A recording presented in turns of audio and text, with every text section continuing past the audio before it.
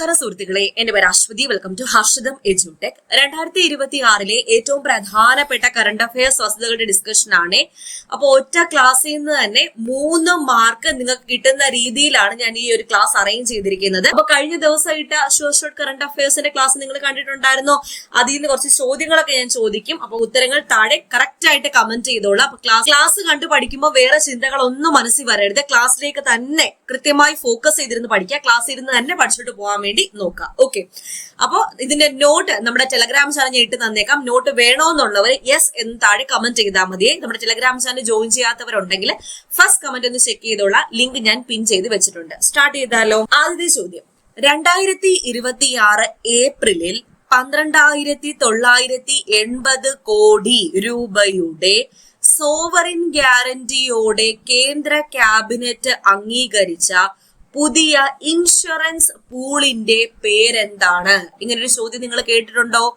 Important ആയിട്ടുള്ള ചോദ്യമാണ്. 2026 April മാസം 12,980 കോടി രൂപയുടെ സോവറിൻ ഗ്യാരണ്ടിയോടെ കേന്ദ്ര ക്യാബിനറ്റ് അംഗീകരിച്ച പുതിയ ഇൻഷുറൻസ് പൂളിന്റെ പേരാണ് Bharat maritime insurance pool.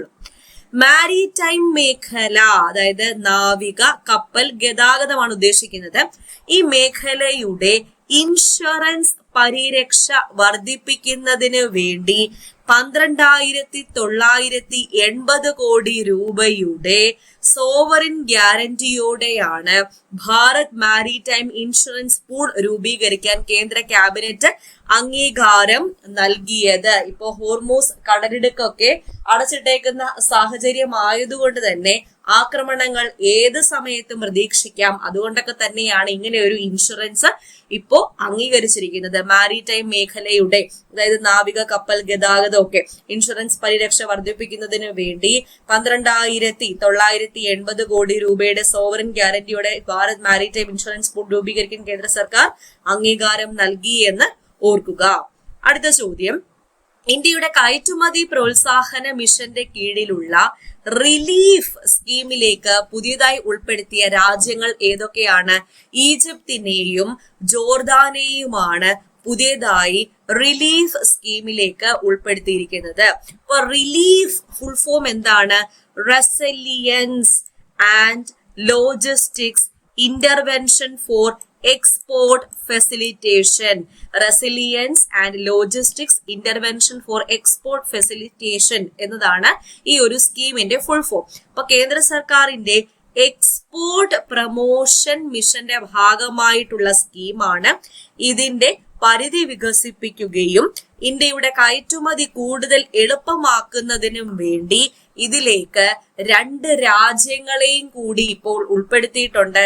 Egypt, Jordan. ഓർത്തിരിക്കുമല്ലോ, ഈജിപ്ത്, ജോർദാൻ എന്നീ രാജ്യങ്ങളെ കൂടിയാണ് റിലീഫ് സ്കീമിലേക്ക് ഉൾപ്പെടുത്തിയിരിക്കുന്നത്. അപ്പൊ ഭാരത് മാരിടൈം ഇൻഷുറൻസ് പൂളിന്റെ കാര്യം കിട്ടി. എത്ര രൂപയുടെ സോവറിൻ ഗ്യാരണ്ടി ആണെന്ന് ചോദിച്ചാൽ 12,980 കോടി രൂപയുടെ സോവറിൻ ഗ്യാരണ്ടിയാണ്. അടുത്ത ചോദ്യം, ഗഗൻയാൻ പദ്ധതിയുടെ ഭാഗമായി ISRO ആരംഭിച്ച പുതിയ പരിശീലന പരിപാടിയുടെ പേരെന്താ? മിഷൻ മിത്ര. മിഷൻ മിത്ര എന്നതാണ് ഗഗൻയാൻ പദ്ധതിയുടെ ഭാഗമായി ISRO ആരംഭിച്ച പുതിയ പരിശീലന പരിപാടിയുടെ പേര്. അപ്പൊ ഈ സ്ലൈഡിൽ പറഞ്ഞ 3 ചോദ്യവും കിട്ടിയോ? Mission Mitra, Egypt, Jordan, Bharat maritime insurance pool കിട്ടിയല്ലോ. റിലീഫ്, ഈജിപ്ത്, ജോർദാൻ, പിന്നെ Bharat maritime insurance pool, mission Mitra. Okay, അപ്പൊ നിങ്ങളോട് ഞാൻ ചോദ്യം ചോദിക്കട്ടെ. കഴിഞ്ഞ ദിവസം പഠിപ്പിച്ച പോർഷനിൽ നിന്നുള്ള ചോദ്യമാണ്. പ്രധാനമന്ത്രി ഗ്രാമ സഡക് യോജന നിലവിൽ വന്ന വർഷം ഏതാണ്? ഡേറ്റ് അടക്കം പറയുക, വർഷവും തീയതിയും അടക്കം പറയണേ. പ്രധാനമന്ത്രി ഗ്രാമ സഡക് യോജന നിലവിൽ വന്ന വർഷം ഏതാണ്? ഓക്കെ, അപ്പൊ അടുത്ത ചോദ്യത്തിലേക്ക് പോകാം. അതിനു മുന്നേ നമ്മുടെ VFA Bevco LD combo batch prelims and mains ബാച്ചിന്റെ മെയിൻസ് ക്ലാസുകൾ ഈ വരുന്ന തിങ്കളാഴ്ച സ്റ്റാർട്ട് ചെയ്യുകയാണ്. Prelims and mains included batch ആണ്. ഫീസ് 1999 മാത്രമേ വരുന്നുള്ളൂ. 2 പരീക്ഷയുടെയും മെയിൻസ് എക്സാം കഴിയുന്നത് വരെ കോഴ്സിന്റെ വാലിഡിറ്റി ഉണ്ടായിരിക്കും. ലിമിറ്റഡ് സീറ്റ് മാത്രമേ ഉള്ളൂ. അഡ്മിഷൻ തുടർന്നുകൊണ്ടേയിരിക്കുന്നു. അപ്പോൾ ഈ വർഷം അവസാനം വരെ നിങ്ങൾക്ക് എന്തായാലും വാലിഡിറ്റി കിട്ടുന്ന കോഴ്സാണ്. അപ്പോൾ ഇപ്പൊ തന്നെ കയറി ജോയിൻ ചെയ്തോളാം. ഐഫോണിലും ആൻഡ്രോയിഡ് ഫോണിലും കമ്പ്യൂട്ടറിലും ഒക്കെ നമ്മുടെ ആപ്പ് യൂസ് ചെയ്യാൻ പറ്റും. ആപ്പ് ഡൗൺലോഡ് ചെയ്യാൻ ലിങ്ക് ഞാൻ ഫസ്റ്റ് കമന്റിൽ കൊടുത്തേക്കാമേ. ഹർഷിതം എഡ്യൂടെക് ആപ്പിലാണ് ക്ലാസ് വരുന്നത്. അതുപോലെ തന്നെ മെയ് മാസം 4-ന് നമ്മൾ പുതിയ ബാച്ച് സ്റ്റാർട്ട് ചെയ്യുകയാണ്. കമ്പനി LGSന്റെ പ്രിലിംസ് ആൻഡ് മെയിൻസ് ബാച്ച്. ഈ ബാച്ചിന്റെ പ്രത്യേകത നിങ്ങൾക്ക് നോട്ട് പ്രിന്റ് എടുക്കാനും പറ്റും കേട്ടോ. പ്രിന്റ് എടുക്കാൻ പറ്റുന്ന PDF നോട്ട് ഉൾപ്പെടെ prelims and mains batch May മാസം 4-ന് സ്റ്റാർട്ട് ചെയ്യുന്നു. മെയിൻസ് എക്സാം കഴിയുന്നത് വരെ, അതായത് ഈ വർഷം അവസാനം വരെ വാലിഡിറ്റി ഉള്ള കോഴ്സാണ്. ഗൈഡൻസ് ഉള്ള ബാച്ചാണ്. VFA ആയാലും ഇപ്പൊ സ്റ്റാർട്ട് ചെയ്യാൻ ഇരിക്കുന്ന കമ്പനി LGS ആയാലും ഗൈഡൻസ് ഉള്ള ബാച്ചാണ്. ടൈം ടേബിൾ അനുസരിച്ച് തന്നെയാണ് ക്ലാസ് പോകാൻ പോകുന്നത്.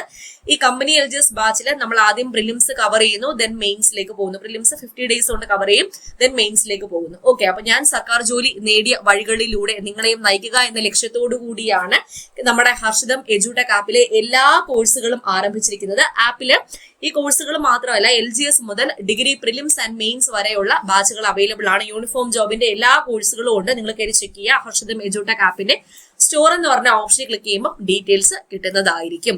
ഓക്കെ, അപ്പൊ അടുത്ത ചോദ്യത്തിലേക്ക് പോയാലോ.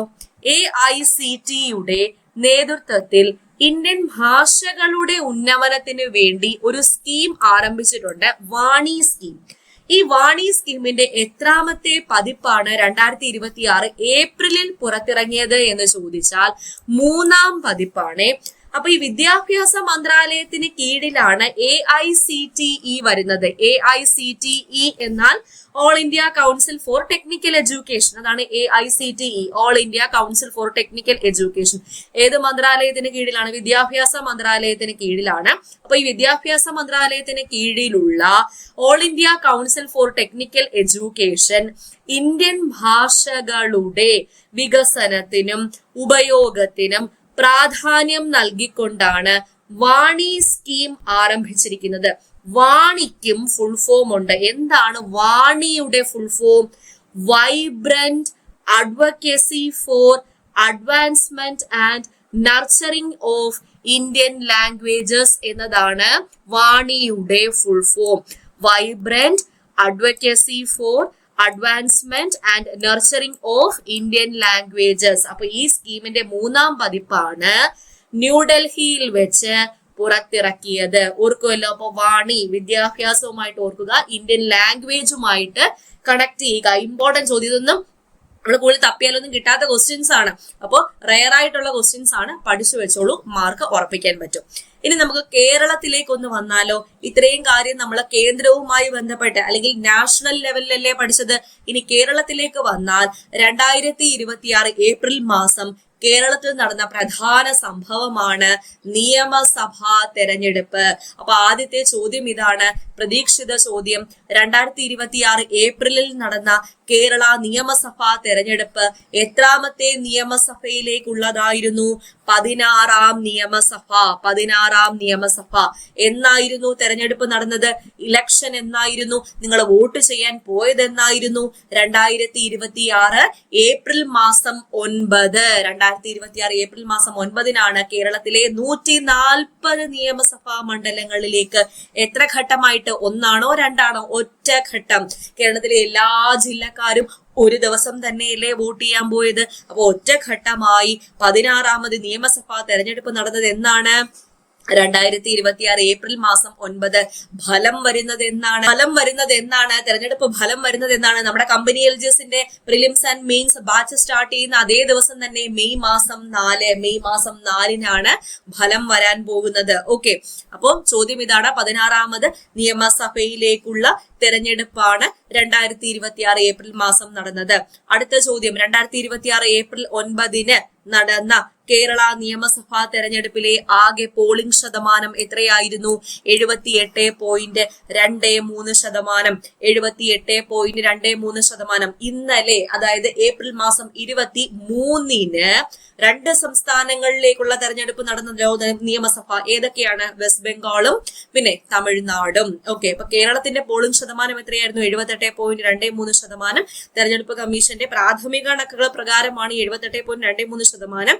മികച്ച പോളിംഗ് തിരുവനന്തപുരം ജില്ലയിലെ നേമം ഉൾപ്പെടെയുള്ള മണ്ഡലങ്ങളിൽ 80% മുകളിൽ പോയി കേട്ടോ. കേരളം മൊത്തത്തിൽ നോക്കുവാണെങ്കിൽ 78.23% പോളിംഗ് നടന്നിരിക്കുന്നത്. അടുത്ത ചോദ്യം, 2026 ഏപ്രിൽ മാസം മുതൽ വിതരണം ചെയ്യുന്ന ശമ്പളത്തിലും പെൻഷനിലും സംസ്ഥാന സർക്കാർ ജീവനക്കാരുടെ ക്ഷാമബത്തയിൽ ദാറ്റ് ഈസ് DA/DR എത്ര ശതമാനം വർധനമാണ് സർക്കാർ നടപ്പിലാക്കിയത്? കഴിഞ്ഞ ദിവസം കേന്ദ്ര സർക്കാർ എത്ര ശതമാനം കൂട്ടി എന്ന് പറഞ്ഞു? താഴെ പെട്ടെന്നൊന്ന് കമന്റ് ചെയ്തേ. ഇതേ ചോദ്യം കേന്ദ്ര സർക്കാരുമായി ബേസ് ചെയ്തിട്ട് നമ്മൾ കഴിഞ്ഞ ക്ലാസ്സിൽ ഡിസ്കസ് ചെയ്തില്ലേ? അപ്പൊ കഴിഞ്ഞ ക്ലാസ്സിൽ പറഞ്ഞത് കേന്ദ്ര സർക്കാർ എത്ര ശതമാനമാണ് DA/DR വർദ്ധിപ്പിച്ചത്? അത് ഒന്ന് കമന്റ് ചെയ്യുക. ഇവിടെ ചോദിച്ചിരിക്കുന്നത് സംസ്ഥാന സർക്കാർ എത്ര ശതമാനം വർധനവ് നടപ്പിലാക്കി എന്ന് ചോദിച്ചാൽ 10%. DA എന്നാൽ ഡിയർനെസ് അലവൻസ് ക്ഷാമബത്ത, DR എന്നാൽ ഡിയർനെസ് റിലീഫ് ക്ഷാമാശ്വാസം. അപ്പോ 25% നിന്നും 35% ആക്കിയിരിക്കുന്നത്. അതായത് 10% വർധനവ് 2026 മാർച്ചിലെ ശമ്പളത്തോടൊപ്പം ഏപ്രിൽ മാസത്തിലാണ് ഈ ഒരു വിതരണം നടത്തിയത്. ഓക്കെ, അപ്പൊ 35% അതായത് 10% വർധനവ് സർക്കാർ ഉയർത്തിയിട്ടുണ്ട്. അടുത്ത ചോദ്യം നോക്കാം. തെരഞ്ഞെടുപ്പ് കമ്മീഷന്റെ ഔദ്യോഗിക കണക്കുകൾ പ്രകാരം 2026 കേരള നിയമസഭാ തെരഞ്ഞെടുപ്പിൽ വോട്ട് ചെയ്യാൻ അർഹതയുള്ള ആകെ വോട്ടർമാരുടെ എണ്ണം എത്രയായിരുന്നു?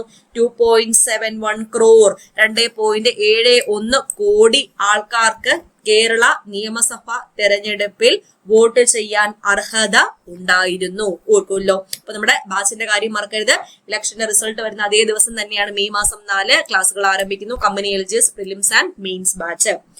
അടുത്തത് ഒരു പദ്ധതിയാണ് പ്രളയ സെസ് ആംനസ്റ്റി, അതായത് ഫ്ലഡ് സെസ് ആംനസ്റ്റി 2026. 2026 ഏപ്രിൽ 1 മുതൽ പ്രാബല്യത്തിൽ വന്ന കേരള ധനകാര്യ നിയമം 2026 that is Kerala finance act 2026 നികുതി കുടിശ്ശികകൾ തീർപ്പാക്കാൻ ഉൾപ്പെടുത്തിയിട്ടുള്ള പുതിയ പദ്ധതിയുടെ പേരാണ് പ്രളയ സെസ് ആംനസ്റ്റി 2026. അതായത് വ്യാപാരികളുടെ നികുതി, ഫ്ലഡ് സെസ് കുടിശ്ശിക ഇവയൊക്കെ വേഗത്തിൽ തീർപ്പാക്കുന്നതിന് വേണ്ടി സർക്കാർ ആവിഷ്കരിച്ച പുതിയ പദ്ധതി ഏതാണെന്ന് ചോദിച്ചാൽ ഫ്ലഡ് സെസ് ആംനസ്റ്റി, പ്രളയ സെസ് ആംനസ്റ്റി 2026 ആണ്. പിഴയോ പലിശയോ ഒന്നും ഇല്ലാതെ കുടിശ്ശിക തുകയുടെ നിശ്ചിത ശതമാനം അടച്ച് ബാധ്യതകൾ തീർക്കാൻ വേണ്ടിയിട്ട് ഈ ഒരു പദ്ധതി പ്രകാരം സഹായകമാകും. ഓക്കെ, അടുത്ത ചോദ്യം. 2026 ഏപ്രിലിൽ കേന്ദ്ര കാലാവസ്ഥാ വകുപ്പിന്റെ മുന്നറിയിപ്പ് പ്രകാരം കേരളത്തിലെ ഏറ്റവും ഉയർന്ന താപനില അതായത് 40°C വരെ രേഖപ്പെടുത്താൻ സാധ്യതയുള്ളതായി പ്രഖ്യാപിച്ച ജില്ല ഏതാണ്? പാലക്കാട് മാത്രമല്ല കൊല്ലത്തും തൃശ്ശൂരും ഒക്കെ എന്ത് ചെയ്തു? 40°C രേഖപ്പെടുത്തിയിട്ടുണ്ട്. അപ്പോ ഇത് IMDയുടെ കേന്ദ്ര കാലാവസ്ഥാ വകുപ്പിന്റെ മുന്നറിയിപ്പ് പ്രകാരം ഏത് ജില്ലയെന്ന് ചോദിച്ചാൽ ഏതാണ്? പാലക്കാട് ജില്ലയാണ്. പാലക്കാട് ജില്ല. ഓക്കെ, അടുത്ത ചോദ്യം. 2026 ഏപ്രിലിലെ സർക്കാർ ഉത്തരവ് പ്രകാരം തെരഞ്ഞെടുപ്പ് ദിവസമായ ഏപ്രിൽ 9 സ്വകാര്യ സ്ഥാപനങ്ങളിലെ ജീവനക്കാർക്കും ശമ്പളത്തോടെയുള്ള അവധി നൽകാൻ അടിസ്ഥാനമാക്കിയ നിയമം ഏത് നിയമപ്രകാരമാണ് അവർക്കും അവധി കൊടുക്കുന്നത്? എല്ലാവർക്കും അവധി ആയിരുന്നല്ലോ ആ ഒരു ദിവസം. അപ്പൊ ഇവർക്കും അവധി, അതായത് സ്വകാര്യ സ്ഥാപനങ്ങളിലെ ജീവനക്കാർക്കും ശമ്പളത്തോടെയുള്ള അവധി നൽകണം എന്ന് സർക്കാർ അല്ലെങ്കിൽ നമ്മുടെ സംസ്ഥാന സർക്കാർ ഉത്തരവ് പുറപ്പെടുവിച്ചത് ഏത് നിയമം അടിസ്ഥാനമാക്കിയാണ്?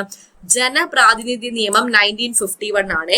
ജനപ്രാതിനിധ്യ നിയമം 1951 സെക്ഷൻ 135B പ്രകാരമാണ്. ജനപ്രാതിനിധ്യ നിയമം 1951 സെക്ഷൻ 135B പ്രകാരമാണ് ഇങ്ങനെ ഒരു ഉത്തരവ് പുറത്തിറക്കിയത്. അപ്പൊ ഈ നിയമപ്രകാരം സംസ്ഥാനത്തെ എല്ലാ വാണിജ്യ സ്വകാര്യ സ്ഥാപനങ്ങളിലെയും ജീവനക്കാർക്ക് ഏപ്രിൽ 9 വോട്ട് ചെയ്യുന്നതിന് വേണ്ടി ശമ്പളത്തോടെയുള്ള അവധി നൽകാൻ ലേബർ കമ്മീഷണർ നിർദ്ദേശം നൽകിയിരുന്നു. അടുത്തത് ടയർ 2 നഗരങ്ങൾ. എന്താണ് ഈ ടയർ 2 നഗരം?